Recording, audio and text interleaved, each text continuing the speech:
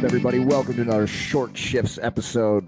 Now Toph's trying to make me laugh. Damn it. Well done, Topher. All right, Short Shifts. You guys know the deal here. We got 10 minutes on the clock. Toph has no idea what topic I'm going to bring.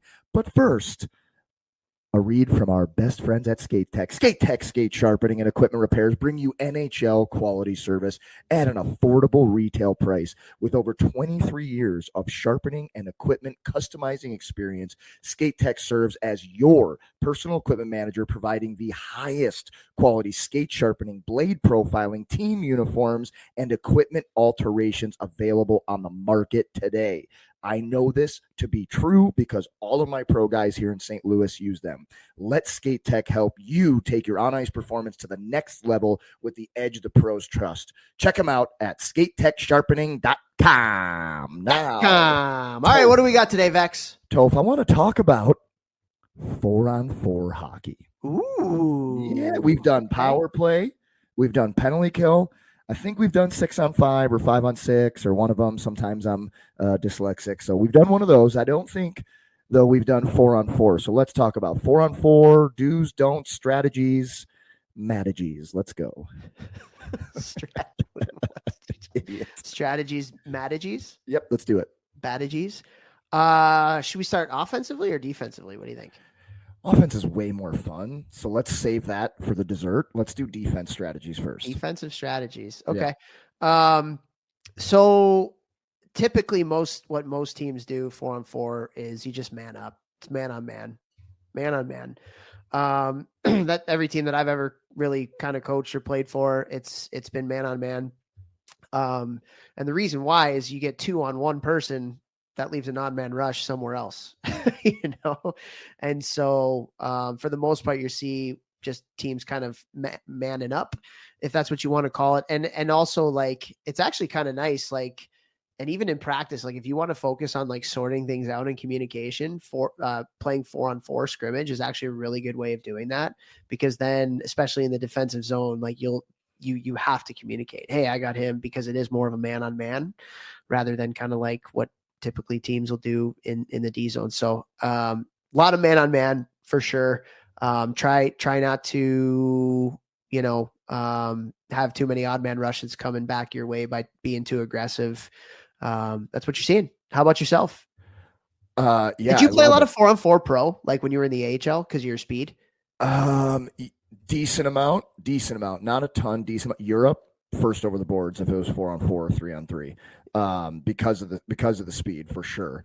But defensively, I think the easiest thing to teach younger players is stay between your guy and your net.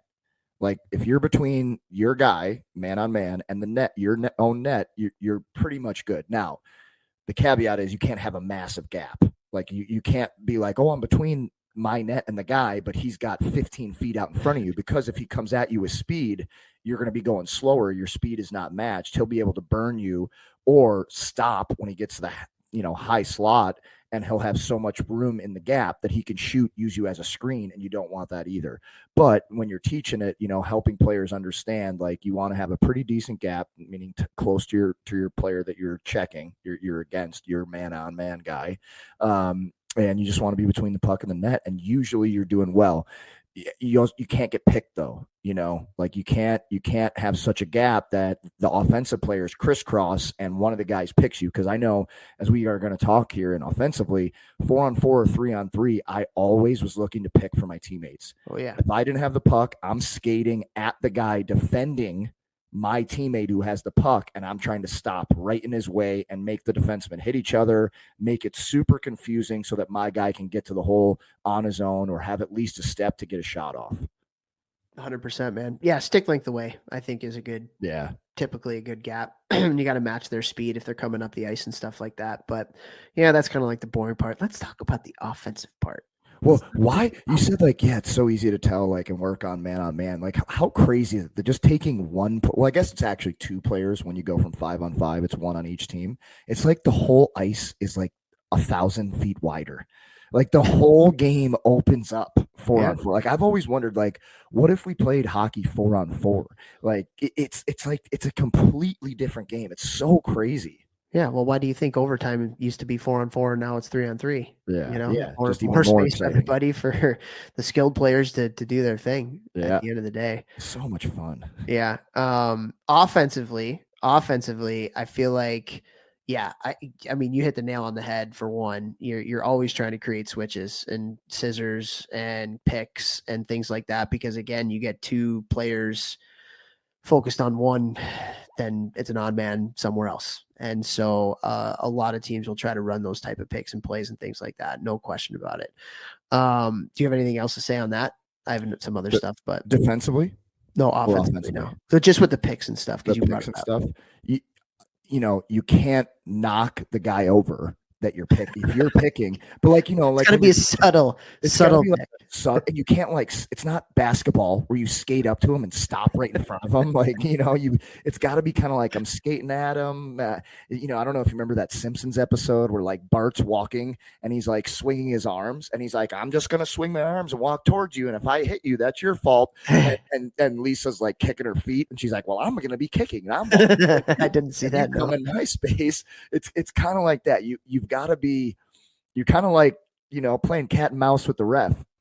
Yeah, that's a nice Simpsons reference there. I wasn't a huge Simpson guy, but Neither for was some I. reason, I always remember that episode. Yeah, I Because think I think I still used it on going. my. I think I used it on my sister. I was mad at her one time. I was like, "But mom, I was just walking while doing this. While punching. She got in the way." That's awesome. Oh God. I think another 4-on-4 thing, we did this a lot at Cornell, is as soon as you get possession of the puck, one of the forwards got to go. Just go. And so what does that do? Number one, if you know the D are on their toes or they're not paying attention, you get one person just going, you might get a breakaway or an odd man rush pretty easily for a long stretch of the ice potentially.